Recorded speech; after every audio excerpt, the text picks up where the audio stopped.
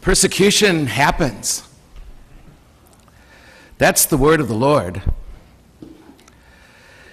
The word of the Lord. And you just responded to those words, the word of the Lord, with the words, "Glory to you, Lord Jesus Christ." The word of the Lord today, you just heard proclaimed, is persecution happens. So get over yourself. The same Jesus who just a month ago in the scriptures was showing us this image of God as a nursing mother, holding us close to herself and nursing us when we are broken and starving for life and for love. This same God who nurses us back, this clear image of the mystery we call God, tenderly holding us close, tenderly caring for us. And the week after that, I proposed to you this ocean, the seas of this earth, as a metaphor for the mystery we call God. There is an experience of the divine that is just like stepping into the calm, clear bathtub water of the Caribbean Sea. But not this morning, my friends. This morning, we're stepping into the same ocean, the same mystery that is God, in a very different place. These seas are roiling and broiling and frigid waters of the North Atlantic or the Indian Ocean. Same God, different experience. This God confronts and challenges and speaks frankly and directly to us. This God kicks us in the bottom and kicks us out of the ruts that are keeping us from life, and shatters, for our sake, shatters the false expectations of who God does and what God is up to in our lives and who we are. So here comes this other face of the same God, saying to each of us this morning, let me be perfectly clear. I do love you with compassion and tenderness. I do love you with deep compassion, utter compassion, and a true tenderness and sweetness to my love. And it's also true that I have come to light a fire on this earth. What's going to happen sometimes when this fire is lit is that not everybody is going to be loving you or liking you. This is the baptism I was baptized into. This is my baptism, and now it's yours. Do you think I've come to make peace on the earth? Do you think I've come to make it easy for you? Was it easy for me? No, I tell you. There will be division between people sometimes. Sometimes it'll be 3 against 2 and 2 against 3. Sometimes it'll be a father divided against a son against a father, a mother against a daughter against a mother-in-law against her daughter-in-law. Well, that's not a surprise.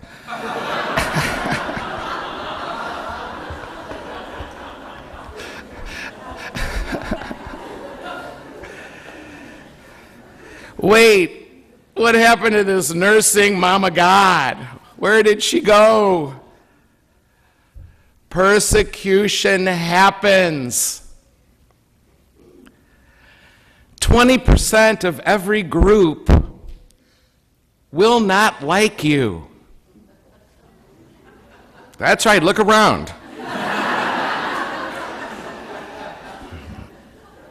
They tell me there's about 500 people here at a normal 11 a.m. Mass on a Sunday. That means there's 100 people sitting around you right now that don't like you. We'll get the bottom line number from Troy, who I'm sure is right now counting somewhere. He counts every Mass, how many people come. It's obsessive. But who are those 20% sitting around you right now? Look around. It's probably your spouse. Who are they? Some of that 20% in your life, in any group you're part of, at any moment in time, some of that 20% will be people who really don't like you. They'll be hostile to you, and some will be jealous of you. Some will simply not get you. They won't understand it when you talk. Their eyes will kind of glaze over when you're telling a story. They won't really understand you, and it'll be hard for them to connect with you in the way of life that you've chosen for yourself. Some will make fun of you for your faith and consider you a fool for taking the time on a Sunday morning to go to Mass. Some will try to get you to betray your values just so that they can feel better than you, or better about their own values or lack of values. And some will even hate you for being happy. And some will try to get in the way.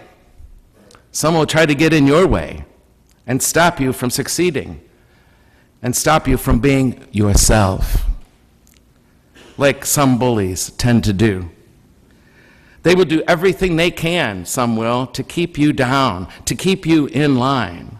Sometimes even our parents do that to us. Some will go out of their way to keep you from being who you are. They don't want you to be who you are. I had some tremendous, powerful, and really effective conversations with people this past week on a conference I attended. And one of those groups was the LBGT community and how they live in the world and what it costs them to be LBGT. There's just a recent study released, a massive study, that said some of the most persecuted people in the world still are kids who identify with same-sex attractions, and they are persecuted for being who they are. And I had an extended conversation with a transgendered woman now becoming a man. And there's no group in America more violently treated, more murdered than transgendered people. I don't care where we stand on that spectrum, and science doesn't even know what to say about it, but still, are you kidding me? I won't be the same after that conversation. Some will go out of their way, some of that 20%, and maybe more in certain situations, will go out of their way to keep us from being who we are. Persecution happens, this gospel says, so get over yourself. For sure it's going to hurt when people try to stop us, try to put the blanket over us, try to keep us from talking. For sure that's going to happen when people make fun of us. It's going to hurt like hell to be held down and back like that by somebody. But there's a real sense where we have to get over ourselves here too. There really is. The truth is, most of us get our feelings hurt way too easily. And when we get our feelings hurt, when we're unrecognized, we go south. And then we shut down. Or maybe even worse, we whine. Show me anywhere in the Bible where Jesus whined about his life. Now, Jeremiah did. In that first reading, when they threw him down a well and he got stuck in the mud, he whined. But really, is there a place for whining? Shouldn't we come to expect this? I mean, Jesus keeps telling us to expect it. I get thrown off the most when I don't expect it and think everybody's going to love me, and then they don't, and then I whine. Jesus had his haters. So will I. So will you. Do you expect it will be different than that? And yet, he stayed his course. He did not take his marbles and go home. He didn't shut down. He stayed his course. And do you know what his advice to us is? What he says in another place, shake the dust from your feet and move on. If this person doesn't get you, if this person is mean to you, if this person is trying to repress you, shake that dust from your feet and move on. Be prepared. Be prepared, my friends, he says, in life that some will not like you. and will try to repress you because of their issues, not yours. So you see, that 20% rule is actually very helpful. We don't have to keep trying so hard to get everybody to like us, because they won't. Factoid. It's got to become okay for us that there will always be a few who don't like us. And we don't have to lash out, therefore. We don't have to become haters ourselves. We don't have to seek to destroy them for wanting to destroy us. We can move on. Shake the dust from your feet and go on. We can do that in life. We don't have to hide ourselves anymore. We don't have to hide ourselves and stay in whatever closet the world has made for us, of whatever type. We don't have to hide ourselves from anybody or apologize to anybody for who we are and how we are in this world. We can walk into a room with our head up high and be free of that debilitating shyness that has left us living our lives with our tail between our legs because we don't want anybody to like us, or to dislike us, rather. Sure. And so when we get ready and expect this 20%, all of a sudden we can raise our hands in class and not be afraid of looking like a fool. Do you know how many people spend years never saying anything out loud in class because they're afraid of looking like an idiot? Do you know what it's like to live that way in just little ways? We've been trying too hard for too long to be somebody we're not. We're trying too hard just to fit in.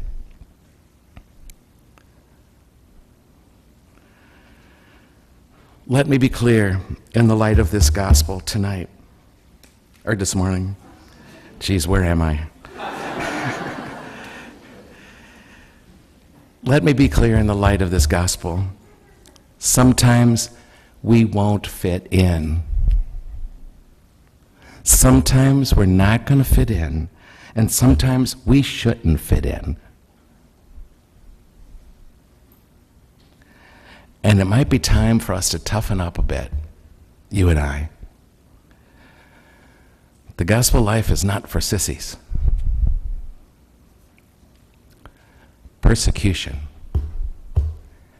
happens. So let's enjoy the 80%.